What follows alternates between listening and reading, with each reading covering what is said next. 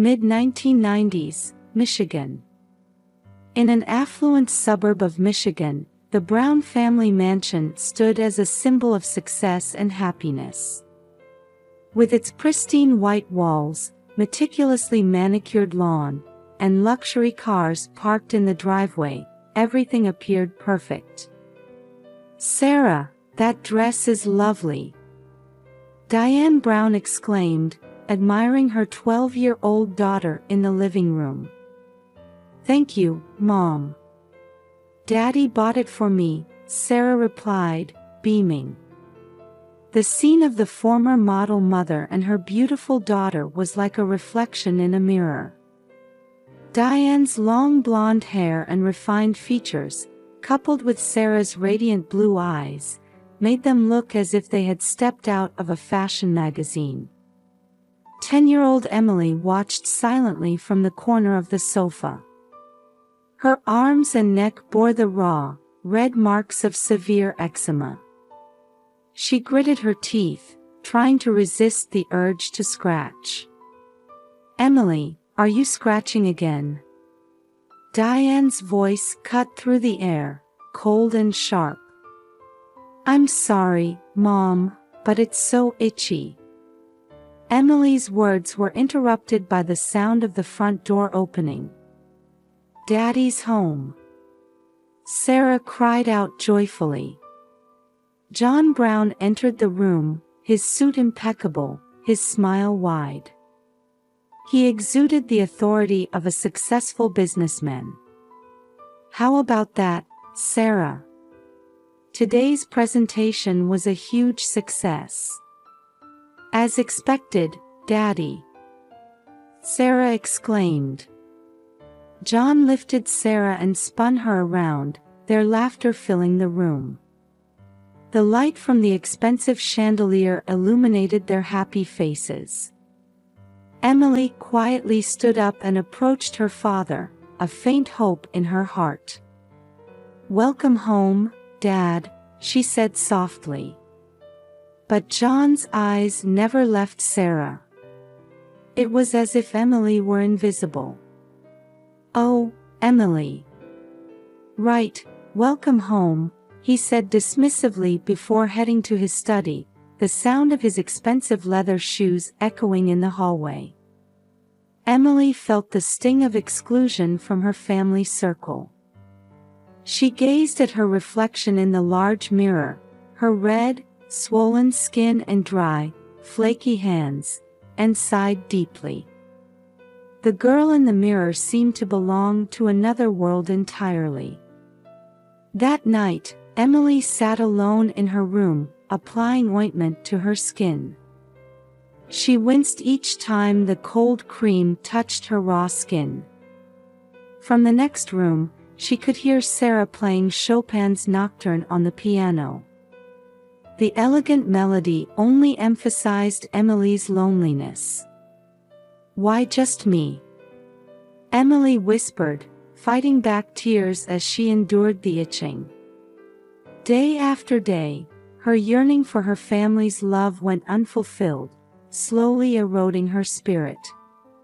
Outside her window, the full moon shone brightly, a silent witness to Emily's solitude. A rainy Saturday afternoon. Gray clouds hung low, releasing a fine mist over the Brown family's expansive garden. An old stone well stood silently, its moss-covered walls and rusted pulley telling of its long history. "Emily, come here for a moment," John's voice cut through the sound of rain. Emily approached cautiously. Her parents and Sarah stood around the well, unnatural smiles on their faces. "This well has special powers," John said, smiling gently. But there was an eerie light in his eyes. "If you go inside, your eczema will be cured." Emily's eyes lit up with hope. The possibility of being free from the eczema that had tormented her for so long seemed like a dream. "Really?" Emily's voice trembled. "Yes, Emily, Diane continued, her voice as sweet as honey. Go on, climb down. As Emily hesitated, John pushed her forcefully from behind. Emily screamed as she tumbled into the dark well. There was a splash of cold water, and she found herself enveloped in darkness. Dad! Mom! Help me! Emily's screams echoed from the bottom of the well. Her body shook with fear and cold. But her parents just peered into the well with cold expressions. This should cure your eczema, John's cruel words mixed with the sound of rain. His voice dripped with the disgust he had hidden for so long. Sarah trembled. Her sister's screams and her parents' cruelty, it all seemed unreal. Her mind went blank. Dad, please help Emily. Sarah cried out desperately. Be quiet, Sarah, Diane said sternly, her eyes as cold as ice. This is a family matter. Emily's cries gradually weakened. In the cold water and darkness, she was losing consciousness. Sarah felt overwhelmed by helplessness. She couldn't stop her parents. She couldn't save her sister. Guilt squeezed her heart. Suddenly, a strong voice cut through the rain. What on earth are you doing? It was Mrs. Grace from next door, running towards them. Her eyes blazed with anger. Mrs. Grace quickly assessed the situation and called down into the well. Emily! Are you all right? I'll get you out right away. Her voice was filled with strong determination. Mrs. Grace acted swiftly, using a nearby rope to lower herself into the well. The sound of the rope scraping against the well's edge heightened the tension. A few minutes later, she emerged cradling a soaking wet Emily. Emily's lips were blue, her body cold. But her faint breathing showed she was still alive. Are you out of your minds? Mrs. Grace's voice shook with anger as she berated the parents. Her eyes burned with fury. Emily shivered from cold and fear. Mrs. Grace held her close, whispering in her ear. Her voice enveloped Emily like a warm blanket. It's okay, Emily. You're a strong girl. One day, they'll regret this. Those words lit a small flame of hope in Emily's heart. Though the rain continued to fall, the world around Emily seemed to brighten just a little. At Mrs. Grace's home. In the warm, sunlit living room of Mrs. Grace's house, Emily sat quietly. The walls were covered in cheerful wallpaper, and colorful flowers bloomed on the windowsill. It was a stark contrast to the cold atmosphere of the Brown household. Emily, here's some tea, Mrs. Grace said gently, holding out a steaming cup. Emily nodded slightly and took the warm cup in both hands. Thank you. Aunt Grace, she said softly. Mrs. Grace's face lit up at those words. Her eyes shone with affection. You're welcome, dear, she replied. A quiet bond of trust was beginning to form between them. Though Emily's skin was still red and irritated, her expression was gradually regaining a sense of peace. Mrs. Grace gently stroked Emily's hair. Emily, from now on, this is your home. You can relax here. Tears welled up in Emily's eyes. The love she had sought for so long, it was here. Meanwhile, at the Brown house. Sarah, how was your violin lesson today? Diane asked Sarah in the living room, surrounded by expensive paintings and ornaments. Despite the luxury, the atmosphere in the room was heavy and oppressive. Sarah answered expressionlessly, "Fine. Fine isn't good enough. You're a special child." Diane's voice was tinged with impatience. Sarah remained silent, staring out the window at the garden where she used to play with Emily. A lonely swing swayed in the wind, unused. "I wonder how Emily is doing," Sarah murmured. Diane's expression clouded at Sarah's words. "Forget about that girl. You have a bright future ahead of you." Sarah closed her eyes painfully at those words. She felt crushed between her guilt as a sister and the weight of her parents' expectations. Something deep in her heart seemed to crack. That night, Sarah sat in her room, staring at a photo of Emily. It was a picture from a few years ago, showing the two sisters hugging and smiling. She gently traced the photo with her finger. "I'm sorry, Emily." A tear fell. In Sarah's heart, the bond between sisters still burned quietly. Outside, the night wind rustled through the trees, making a mournful sound. At Mrs. Grace's house, Emily had just fallen asleep. Her sleeping face was peaceful. She seemed to be sleeping soundly for the first time in a long while. Mrs. Grace quietly closed the door. "I want that child to be happy," she whispered into the quiet night. Late 1990s, a high school in Michigan. In the hallway, 17-year-old Sarah Brown was always surrounded by a crowd. Her beauty and talent were the talk of the school.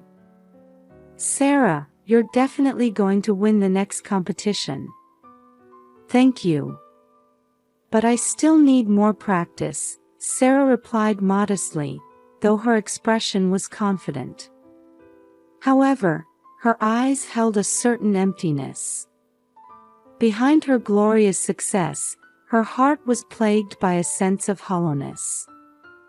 After school, in the music room, Sarah was engrossed in violin practice.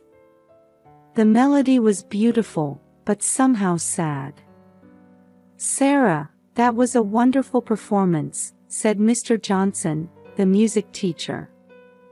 "Thank you," Sarah replied flatly.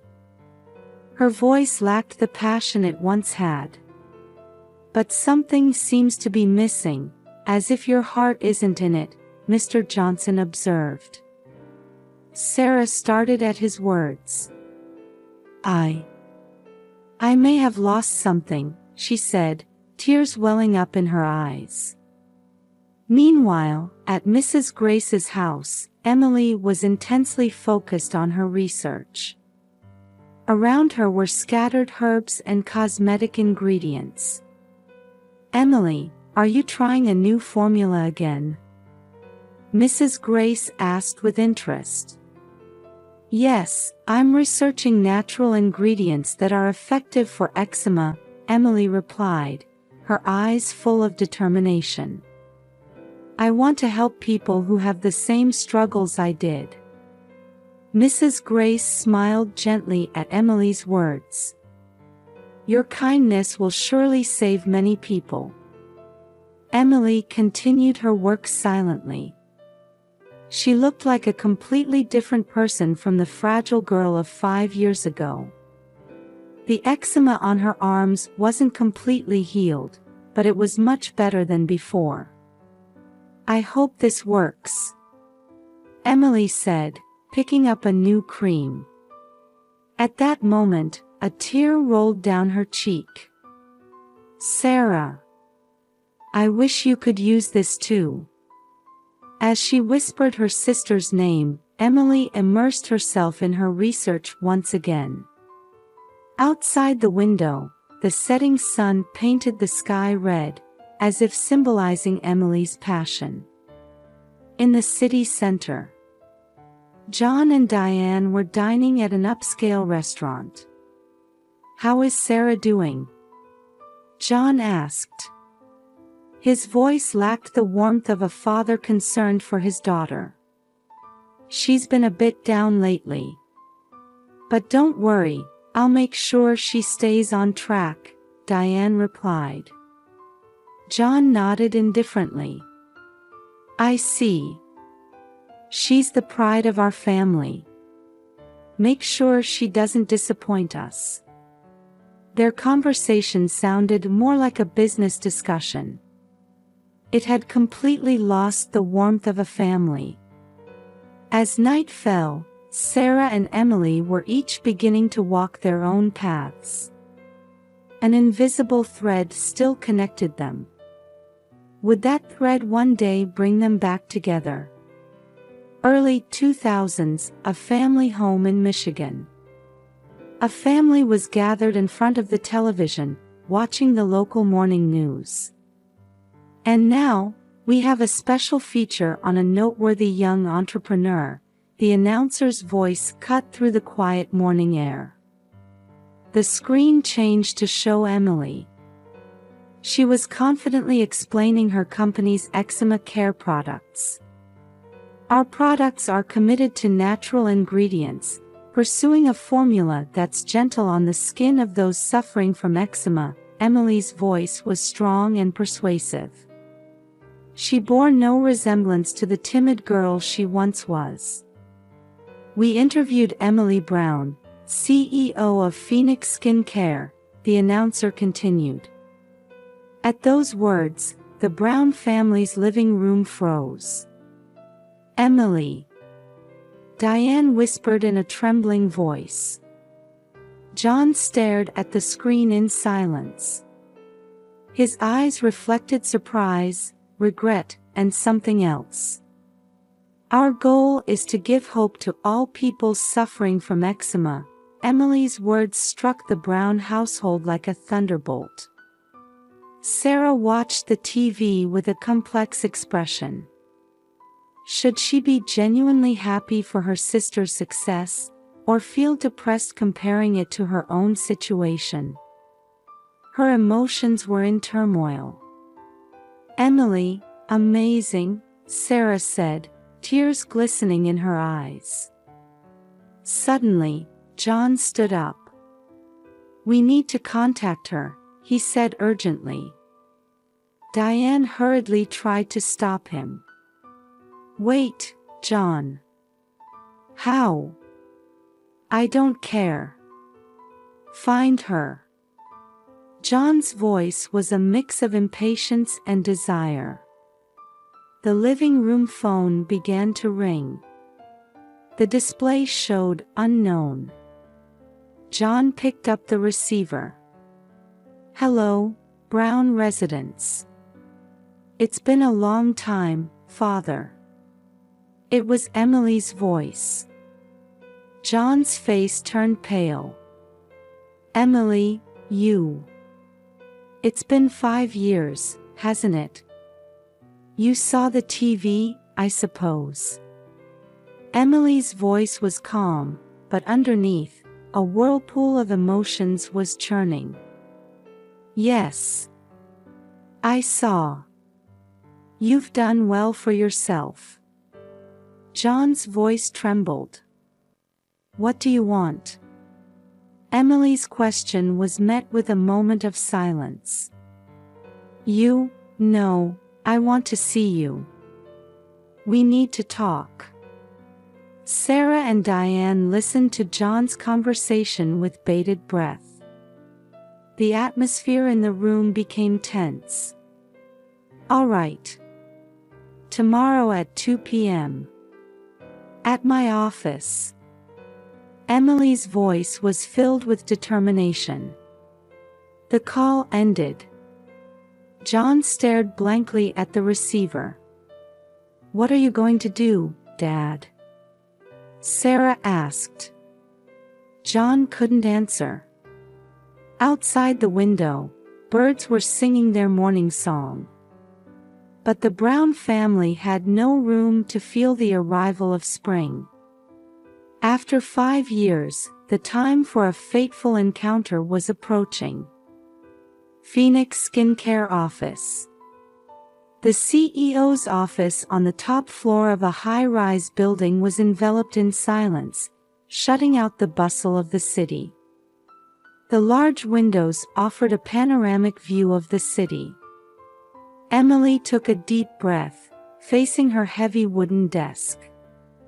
The clock struck 2 p.m. A knock on the door. "Come in," Emily's voice was surprisingly calm. The door opened, and John, Diane, and Sarah entered.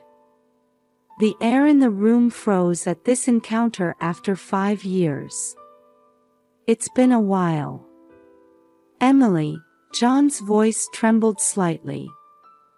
Emily stood up and faced the three. Her presence exuded the dignity of a confident young CEO, with no trace of the timid girl she once was.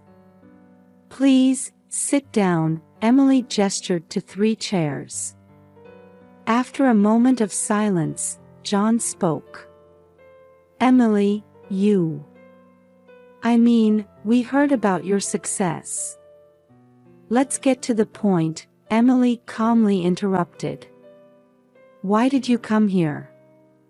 John and Diane exchanged glances. Then Diane forced out her words. "Emily, we want you back." Emily's eyes flashed sharply at those words. "Take me back. You're the ones who threw me into a well 5 years ago." John hastily began to make excuses. "That time, it was a mistake. Now that I have value to you." Emily's words cut like a sharp blade. "No. Diane's words trailed off. Emily slowly stood up. "You're after money, aren't you?" John and Diane's expressions froze. Emily gave a cold laugh at their reaction. "As I expected. But unfortunately." Emily took out a document from her desk drawer. "This is a pledge to donate all my assets to organizations supporting eczema patients. It's already been notarized." The color drained from John and Diane's faces. "In other words, I have no money to give you. And you have no right to receive it." Emily's words were met with silence. At that moment, Sarah stepped forward. "Emily, Emily's expression softened slightly. "Sarah, I'm sorry. I couldn't help you then." Tears welled up in Sarah's eyes.